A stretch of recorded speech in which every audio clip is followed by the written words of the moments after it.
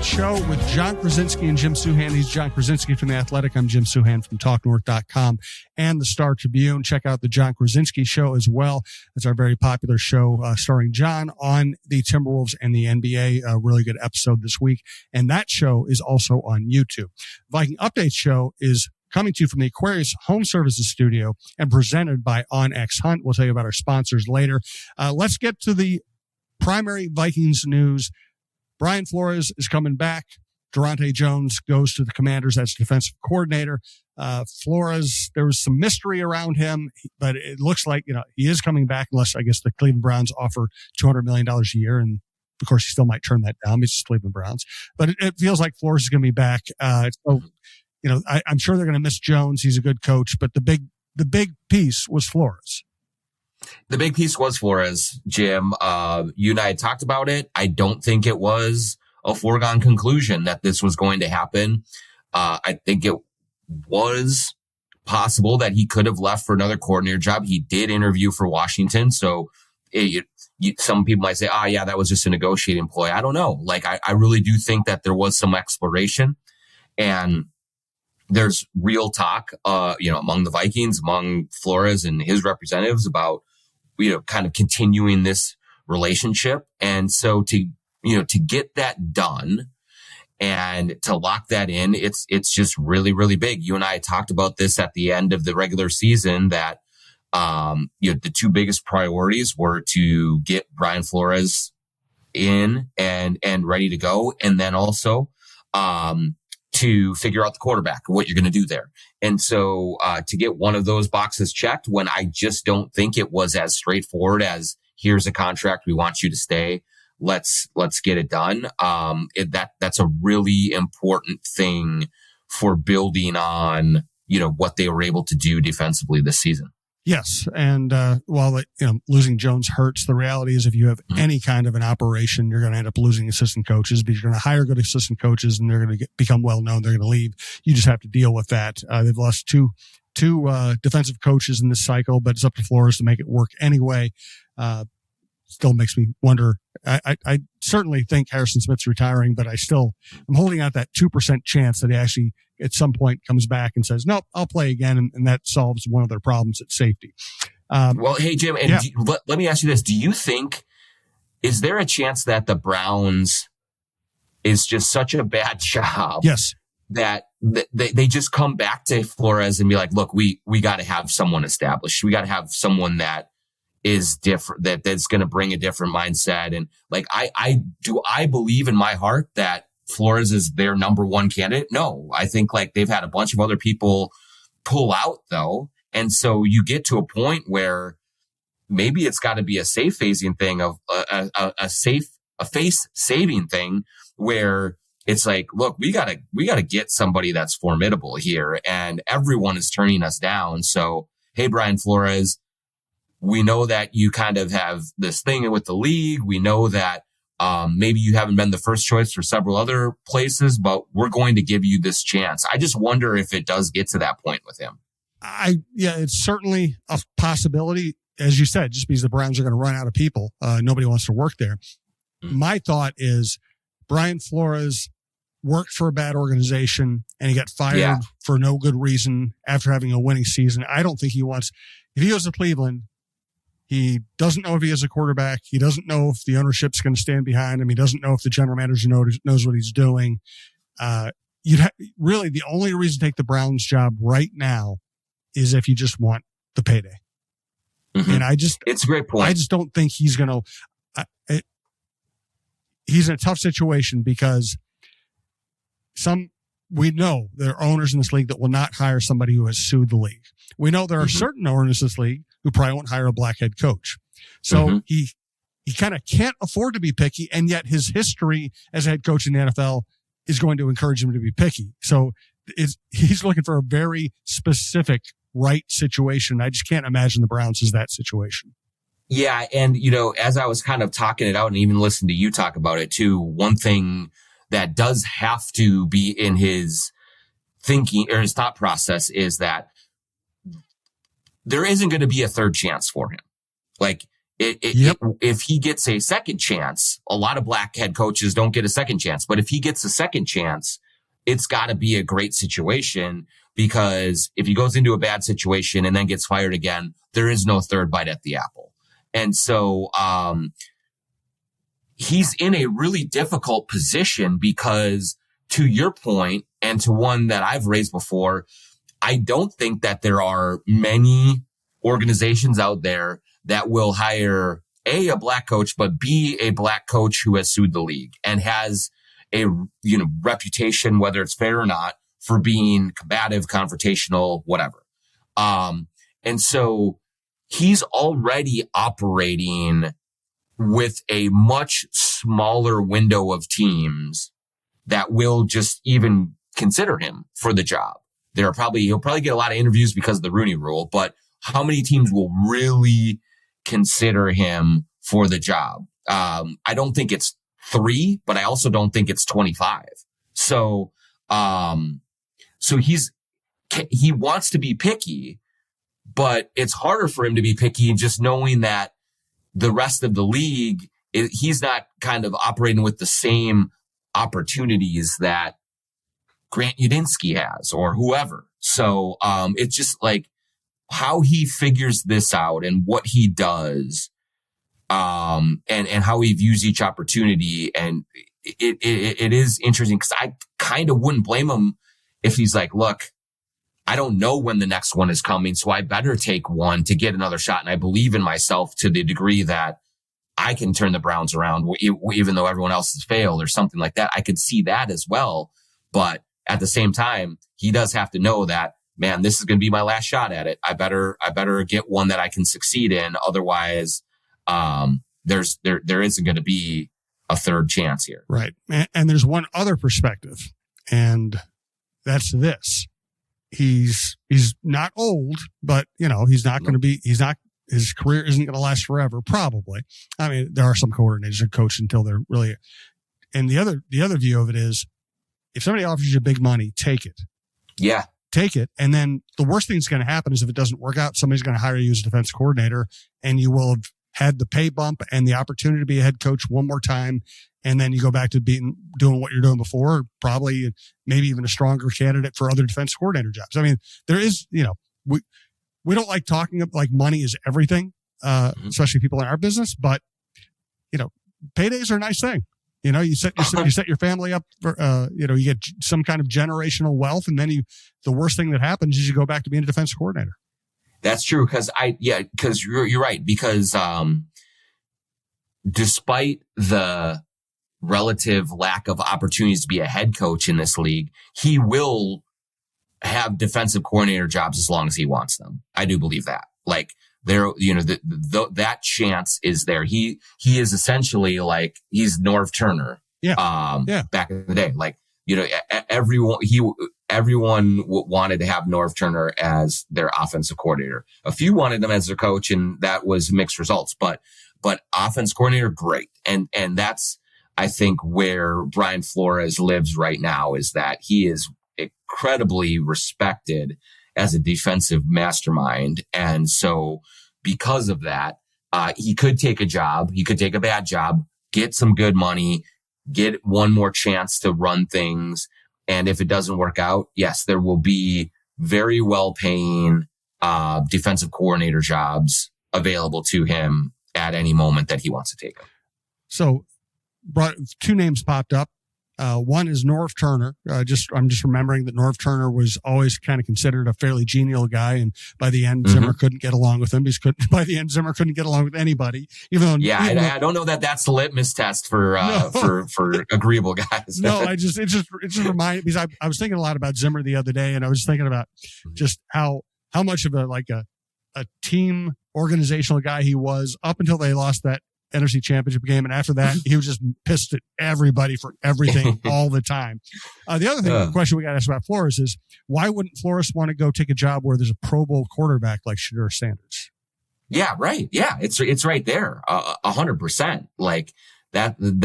Why are we all kind of questioning that job? He is a Pro Bowl quarterback. Like, that is stamped. That is validated.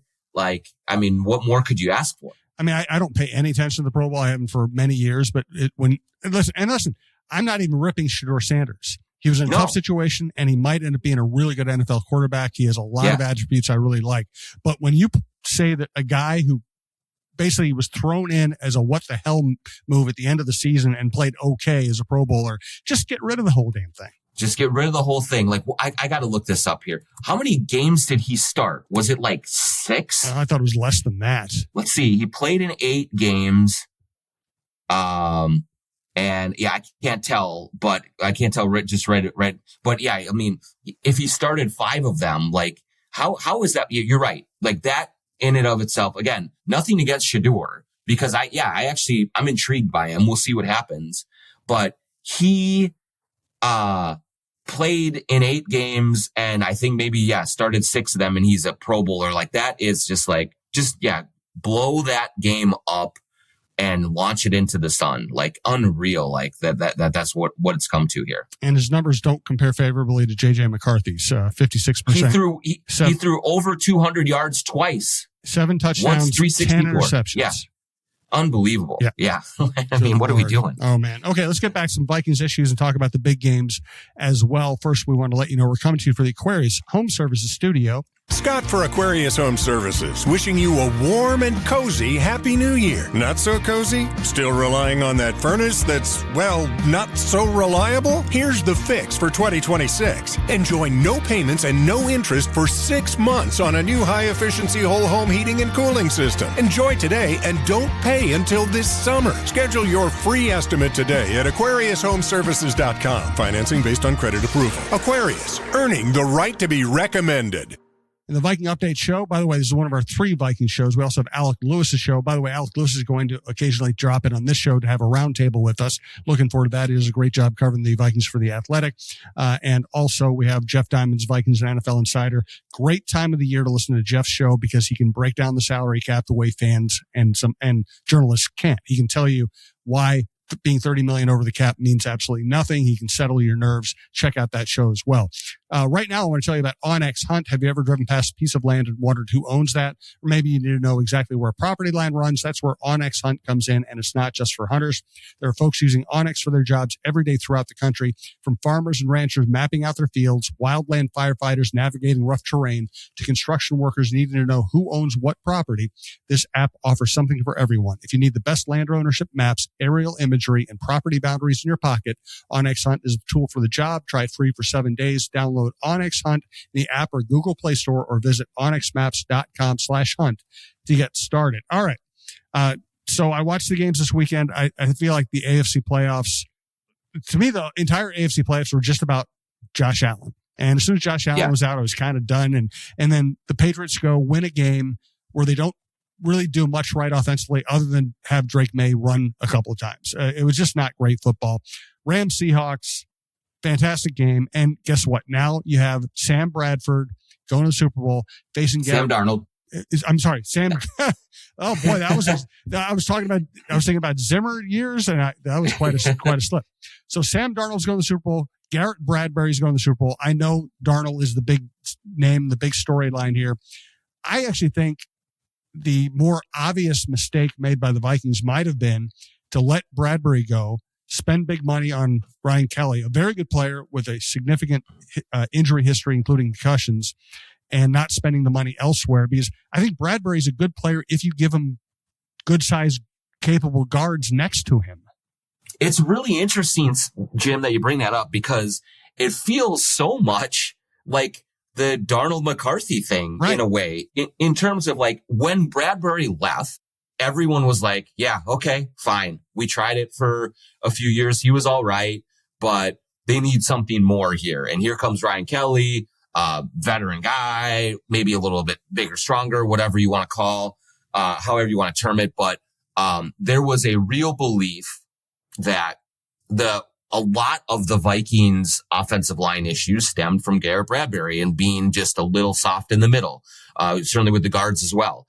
But, now that he has gone to, off to greener pastures and he's having real success, now you look back at it and you say, yeah, was the evaluation the right thing?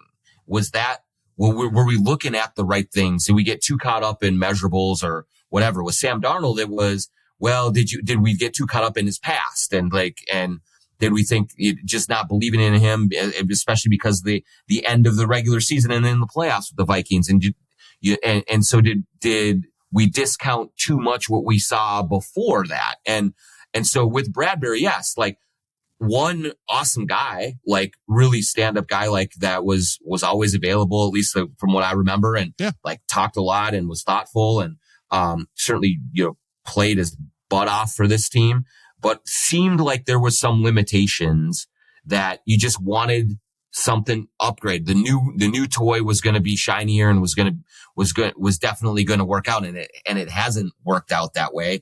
Kind of similar to what we had with Darnold and McCarthy. Yeah, it's a great point. And now we should talk about Darnold. And boy, there's so many different ways you can look at this. And I understand those who say Vikings would have been better with Darnold. Of course, they would have been better this year with Darnold. We know that now. We knew when they let him go that there was a real chance that the quarterback play was going to take a step back. We just didn't know it was going to be quite the bleep show that we saw with all the injuries and Sam Howell not working out and Carson Wentz coming off the street and Roseman not being ready. I mean, it was all bad, with the exception of the good McCarthy moments, which still have me hopeful. So yes, they would have been a better regular season team. Yes, I think they would have had a better chance to win a playoff game. Here's where I'm going to limit my projection. I don't see Darnold with this roster, with the offensive line injuries, with the offensive line struggles, with the secondary struggles, with the combination lack of running game, lack of willingness to use the running game. And not only would that have been different than what Darnold had in Seattle, but also Darnold goes to Seattle and they treated him like a hero when he walked in, even though they wanted to keep Geno Smith. And with the Vikings, what we've been saying all year. Yeah, but what's he going to do in the playoffs? I mean, he could have gone, gone 14-3, and all anybody would have been talking about is, but is he going to choke in the playoffs? So I'm just not sure. I don't think he gets this roster to the Super Bowl. It would have been a better season, yes, but let's not pretend because he got the Seahawks to the Super Bowl, he would have gotten the Vikings to the Super Bowl. Right. Yes. Absolutely. And like you said, the very easy thing to say off of this is, man, what a mistake they made. And there was a mistake, but I think if you look back to the decision when they made it, as we've said ad nauseum on this show, it was very logical what they did. They had a really good regular season from Sam Darnold. He did not play well in the two biggest games of the season. That opened the door for doubts about his ability to sustain over the long haul. Let's also be realistic about this season with the Seahawks. He was good. He wasn't great. He was not good last week in the NFC Championship game. Awesome. Good for him. He really came through in the biggest moment, got to the Super Bowl. Fantastic, like earned it. But he was a good quarterback all season long. I just don't think he was a great one. But my biggest takeaway from this that I've been thinking about a lot lately is I understand the logic of why they did it, but there was two things that I did not anticipate or that had to be right that they were wrong on. One is, if you are going to let an accomplished veteran quarterback walk out the door for a young guy, you have to be very sure that that young guy is ready to play.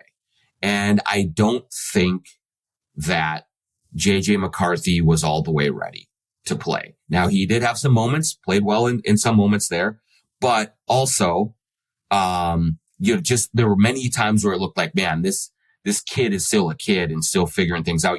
They were talking, how many times they talked this season about mechanics and all that stuff. So that was all very basic things that he probably would have benefited from one more year to kind of work on before jumping into it. The second part about it that I think was a mistake, that they should have some regrets on, is that Kevin O'Connell it took a long time for Kevin O'Connell to find the right approach, play calling schematically to work with JJ McCarthy. I think towards the end of the season, they seem to find a rhythm together. And I think that if there was any underestimation of this process of what was happening, I think that they believed that O'Connell was going to be able to construct an environment around JJ McCarthy schematically that was going to click in much sooner than it did. That I think O'Connell had a heck of a time at the start of this season figuring out what works for JJ, what's he good in, like how do I get him comfortable, all of those things. And to make the decision to move on from Sam Darnold, I think there should have been a little bit more of a notion of, I know exactly what's going to work with McCarthy. We may have to change some things. It may be different from what we did with Darnold, but yes, this is the way to go. And it took too much learning on the fly in the season to get to that point. Yes. Two things I would follow up on. Number one, they had to have a sure thing backup quarterback. They traded for a guy who couldn't. Huge mistake. It was terrible. Huge mistake. And then Wentz was very, I use this in the context of sports, not in the context of war, society, or anything. Wentz was very brave to stand in there and take the beatings he took and all that, but he wasn't a good backup quarterback. And they got lucky, Jim, that Wentz was like available and even okay. Yeah. Like, that was pure luck that there was still a guy named Carson Wentz available that could still do it to a certain degree. Like they went into it with Sam Howell, and had Carson Wentz said, you know what, I'm retiring, I'm not even going to be, they would have been dead up a creek in a so much worse way. And so that was pure luck and not by design at all. Yeah, good point. If they had a real backup quarterback, they make the playoffs, and maybe it doesn't feel quite as awful as it feels for the average Viking fan right now. The other thing is that Kevin O'Connell is a very good coach. You don't win 14 games and 13 games with Kirk Cousins and Sam Darnold unless you're a very good coach. But there aren't many perfect coaches. And his flaw is that he overrated McCarthy, and he overrated his ability to get the best out of McCarthy under these circumstances. It's not a fireable offense, at least not yet, but it was a big mistake. Yes, exactly. Yeah, that was really well put and better than what I was going to say. But yeah, I do think that there was, I don't know what you call it, an overconfidence, or just a certainty that I know exactly what's going to work with McCarthy. And I think there was some surprise in the first several weeks that, wait a minute, this is not working the way that I thought it was going to. And I assumed that I could push these buttons and everything was going to be great. And I was going to put him in this position to succeed. And it turned out that McCarthy wasn't ready for that, or wasn't able to do it the way that O'Connell originally wanted to do it, which caused the shift mid-season. And they got to a place where I think they were pretty good, but it was much more of a process than anyone anticipated. I've covered a bunch of Super Bowls, and there's sometimes I would get on a plane to go to the Super Bowl site, and I'd be thinking, this is going to be incredible. And there are times I got on the plane and I thought, well, we're covering this game because it's scheduled, but it's not, I still remember the Peyton Manning, Cam Newton Super Bowl in San Jose, 49ers Stadium, however many years back. And honestly, it was just the only stories really were the quarterbacks, and Von Miller beat up Cam Newton, so he didn't get to do what he's capable of doing. And Peyton Manning handed off and threw 3-yard passes, and that was enough. Some of these Super Bowls are not always great. And this Super Bowl does not have me jazzed up. I will say that.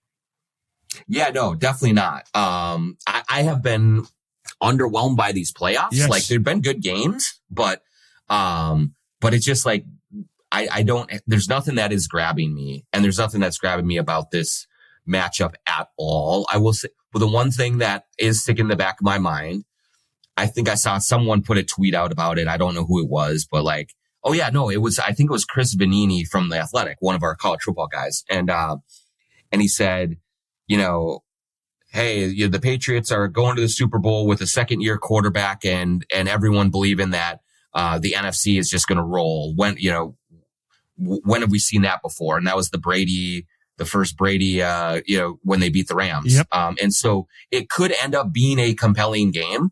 That's very possible. But just in terms of a matchup that sizzles, there's none. There's no sizzle there, and at least for me. And so I will watch the game. Yeah, we'll get together with some friends and have a couple drinks and some pizza and watch it. And it'll be fine. It'll be fun. But like, I'm not like on pins and needles saying, man, it stinks that there's 2 weeks between these games because I just want to have it next weekend. That's not where I'm at with it. No, not at all. All right, let's get a final thought on anything you like in terms of football. I'll go first. I'm really fascinated by this offseason. Flores is back, but like you said, there's still at least some intrigue that, he possibly could leave. We don't know what's going to happen with Harrison Smith. We don't know how O'Connell's going to fill out the coaching staff. Obviously, we have the draft coming up, but they have some work to do in free agency too. And they're officially $30 million over the cap right now. Again, Jeff Diamond explains how they can get down under the cap very easily, but not so far under the cap they could just go buy any player they want. So I don't know. Right now, I'm more intrigued by what the Vikings are going to do the next 4 months than I am in the Super Bowl, which is a weird place for me to be. Yeah, 100%. I couldn't agree more with that. It just feels like an essential off season here that they have to get right.